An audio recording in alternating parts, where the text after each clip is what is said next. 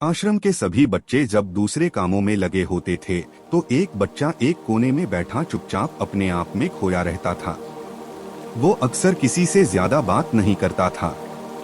आश्रम की सभी जिम्मेदारियां पूरी करने के बाद जहां सभी बच्चे पूरे दिन की घटनाओं की चर्चा करने लगते हैं, वहीं पर वो शांत रहने वाला बच्चा एक बरगद के पेड़ के नीचे बैठकर ध्यान करने लगता। सभी बच्चों को आश्चर्य होता था क्योंकि उसका कोई दोस्त नहीं था। वो अक्सर आश्रम में अकेला ही घूमता रहता था।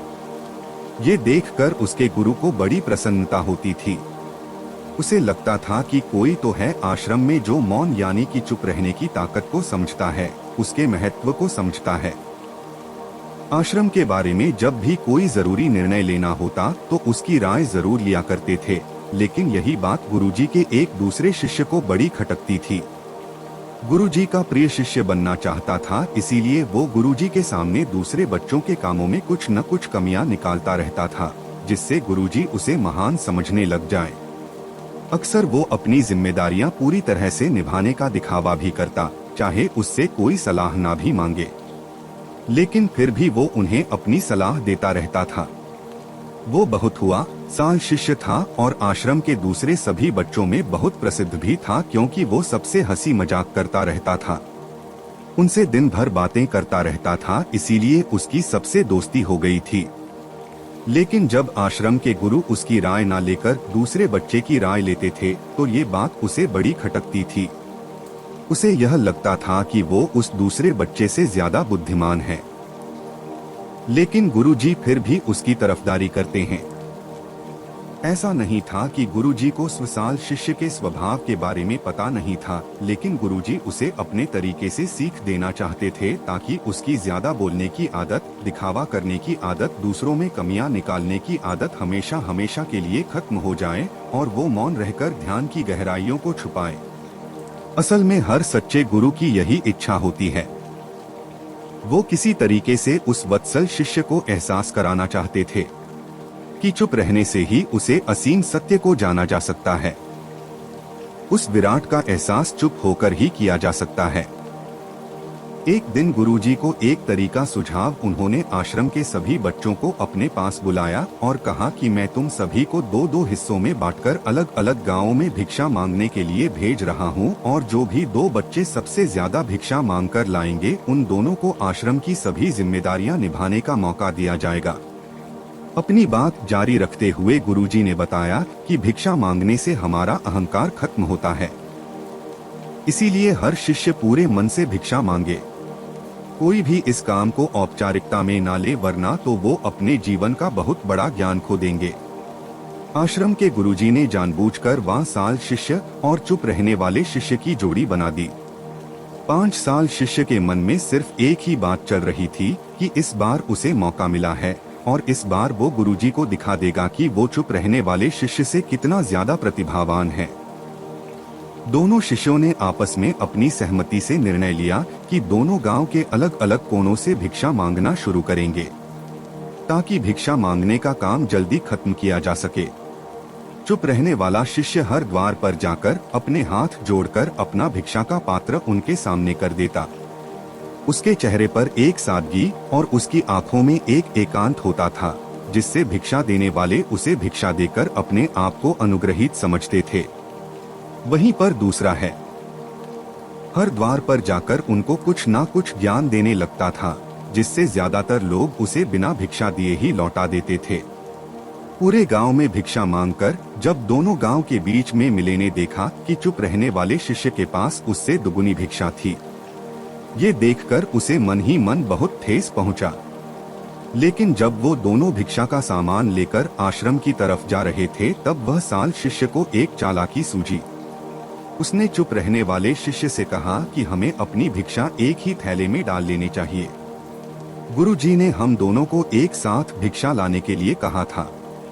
चुप रहने वाले शिष्य ने बिना कुछ बोले अपनी सारी भिक्षा उसके थैले में डाल दी।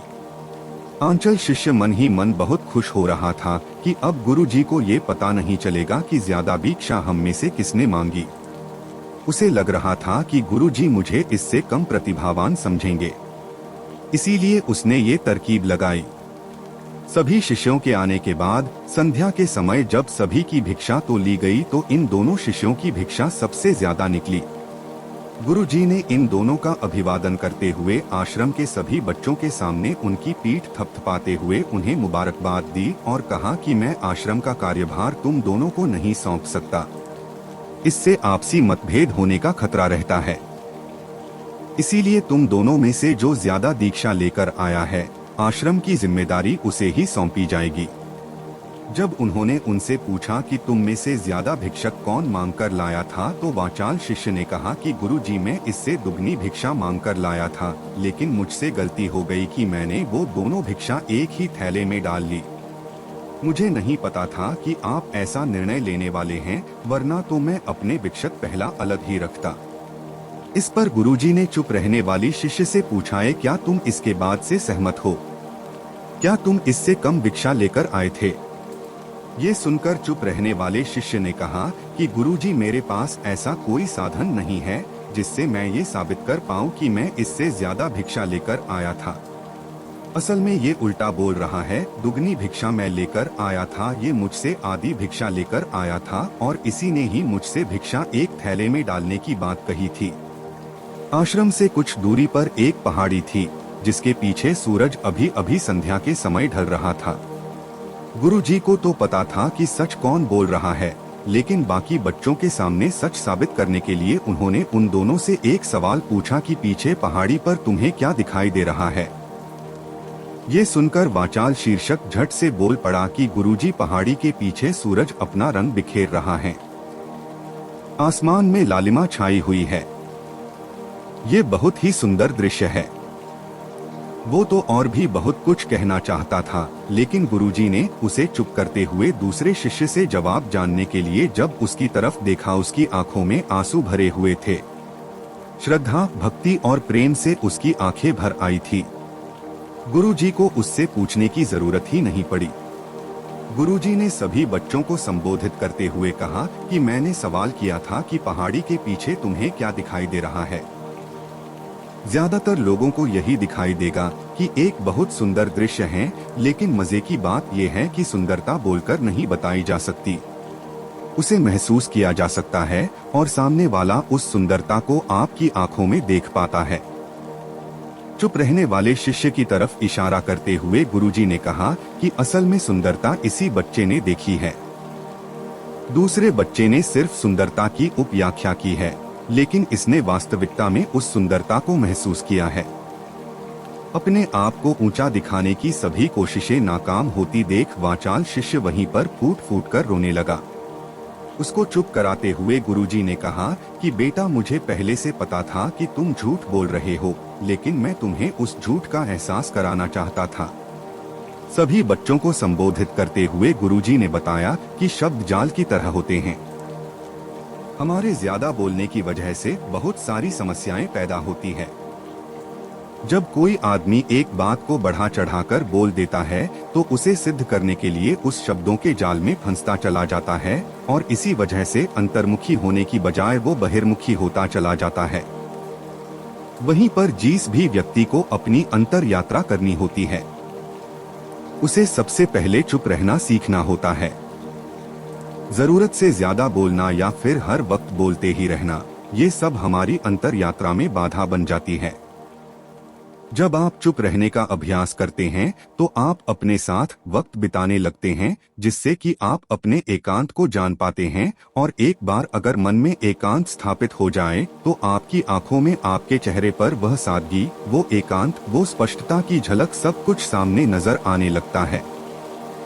कुछ साबित करने को नहीं रह जाता, कुछ बताने को नहीं रह जाता, सब कुछ आंखों में देखा जा सकता है। चुप रहने वाले शिष्य की तरफ इशारा करते हुए गुरुजी ने कहा कि अभी जो दृश्य इस बच्चे ने देखा वो ज्यादा बोलने वाला आदमी कभी नहीं देख पाएगा। वो अपनी बुद्धि से तर्क वितर्क करता रहेगा कि उसे क्या क्या दिखाई दे रहा है, लेकिन उसमें से वो महसूस कुछ भी नहीं कर पाएगा। उसे दिखाई दिए जाएंगे पहाड़, सूरज या फिर उसकी लालिमा, लेकिन उस सुंदरता को, उस विराट को, उस अद्वैत को वो कभी नहीं देख पाएगा।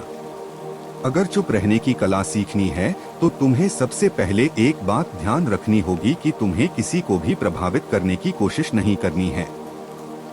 ज्यादातर लोग इसी वजह से ज्यादा बोलते हैं क्योंकि वो दूसरों को प्रभावित करना चाहते हैं, अपने आप को साबित करना चाहते हैं और उस साबित करने के चक्कर में वो शब्दों के जाल में फंसते चले जाते हैं और धीरे धीरे वही उनकी आदत बन जाती है। अगर कोई व्यक्ति दूसरों को प्रभावित करना चाहता है तो वो कितने लोगों को प्रभावित कर पाएगा, उसकी भूख बढ़ती जाएगी और वो इस संसार में सभी को कभी भी प्रभावित नहीं कर पाएगा। इसीलिए यह समझने की बात होती है कि बहिर्मुखी होने की बजाय हम अंतर्मुखी होकर अपने आप को समझ सकते हैं। अपनी बातों को खत्म करते हुए गुरुजी ने अपना आखिरी संदेश दिया। उन्होंने बताया कि अगर कोई व्यक्ति ज्यादा समय तक चुप नहीं रह सकता तो उसे थोड़े समय से अभ्यास करना चाहिए। दृढ़ संकल्प लेकर किसी व्रत की भांति दिन में कुछ समय या फिर हफ्ते में कुछ समय या फिर एक दिन चुप रहने का अभ्यास जरूर किया जाना चाहिए।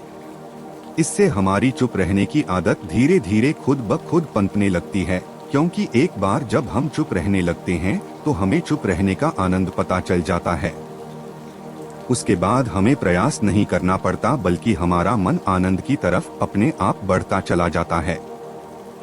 चुप रहने की कला सीखने के बाद आपकी बुद्धिमानी और आपकी स्पष्टता दोनों में बहुत ज्यादा फायदा होगा। वास्तविकता में जिसे दर्शन कहते हैं वो मौन रहकर ही किया जा सकता है। इसके बाद सभी बच्चों से कुछ समय चुप रहने का संकल्प लेकर गुरुजी ने अपनी बात खत्म कर दी और सभी बच्चे रात्रि का भोजन करने के लिए एक साथ भोजन कक्ष में पहुंच गए।